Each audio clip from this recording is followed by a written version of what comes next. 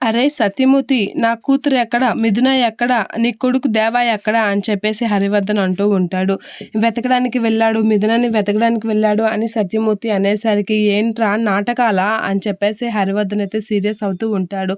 అలా సీరియస్ అవుతూ సత్యమూర్తి కాలర్ అయితే పట్టుకుంటూ ఉంటాడు. అలా సత్యమూర్తి కాలర్ పట్టుకొని, "నా కూతురికి ఏమైనా అయ్యిందో ఊరుకునేదే లేదు" అని చెప్పేసి చాలా సీరియస్ అవుతూ ఉంటాడు. అదంతా చూసి త్రిపురమ్మ అయితే షాక్ అవుతూ ఉంటుంది.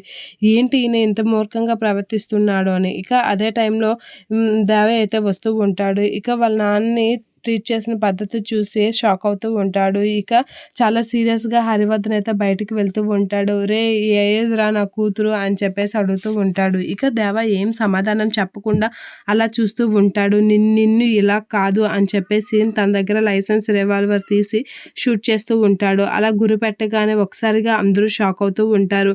ఇక త్రిపురమ్మ వీళ్ళందరూ అయితే షాక్ అవుతూ ఉంటారు. ఇక దేవయ్య అయితే ఏం మాట్లాడకుండా అలా చూస్తూ ఉండిపోతూ ఉంటాడు.